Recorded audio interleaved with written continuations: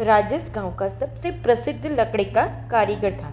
उसकी कला की गहराई और उत्कृष्टता पीढ़ियों से उसके खून में दौड़ रही थी। एक बार प्रतापगढ़ के राजा ने उसका चूल्हा खरीदा था। तब से राजेश को अपनी कारीगरी पर गर्व ही नहीं पर थोड़ा घमंड भी हो चला था। इस बार के मेले के लिए उसने महीनों लगाकर एक भव्य झूला तैयार किया। बर्माटिक की लकड़ी, महीन नक्काशी, सुनहरे रंग की परत, कीमती स्टोन से जड़ा हुआ और चमकती पॉलिश वाला। मेला शुरू हुआ। लोग आए, तारीफें की, क्या शानदार शिल्प है।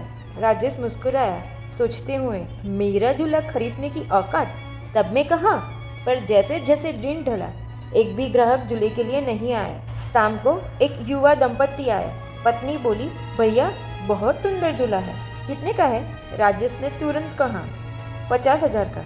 पति हंसा, भाग्यवान, इसमें तो हमारे कितने महीनों का राशन आ जाएगा। इतने में उनका बच्चा झूले पर चढ़ने लगा। राजेश चिल्लाया, सावधान, झूले को दाग लग जाएगा। बच्चे की माँ बोली, अगर झूला खेलने के काम नहीं आए तो हम इसे क्यों खरीदें? राजेश चुप रह गया।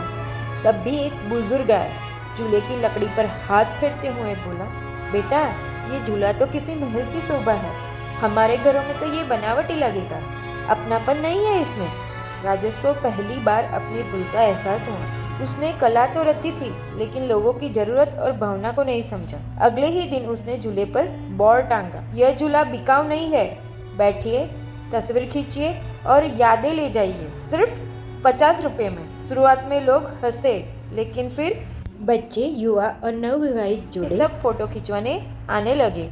फिर एक दिन एक शहर की सोशल मीडिया इन्फ्लुएंसर राजेश के गांव आई और उसने अपनी अदाओं से राजेश के झूले की कीमत बढ़ा दी और उस झूले पर फोटो खिंचवाई। फोटो वायरल हो गई। अब लोग आसपास के शहरों से भी आने लगे राजेश के झूले पर झूलने और फोटो लेने के लिए। राजेश ने दुकान के पास एक चाय नाश्ते की जगह भी खोल दी। झूले पर बैठे चाय के साथ कहानी सुनी 99 रुपए में। और इस तरह धीरे धीरे उसकी कमाई के नए रास्ते खुलने लगे। लोग फोटोशूट, बर्थडे, प्री वेडिंग पार्टियों में झूला किराए पर ले जाने लगे। झूला अब भी वही है पर अब उसमें न सिर्फ लकड़ी की कला है बल्कि लोगों की मुस्कुराहटों की छाप थी। अब वह झूले बनाता है पर अपने अहंकार से नहीं, लोगों की जरूरत भावना को समझते हुए। अब उसकी दुकान का नाम हो गया है राजेश झूलाघर, जहाँ हर चीज एक कहानी है। इस कहानी से हमें यह सीख मिलती है कि असली कला वही है जो लोगों की जिंदगी से जुड़े, न कि सिर्फ दिखावे के लिए हो।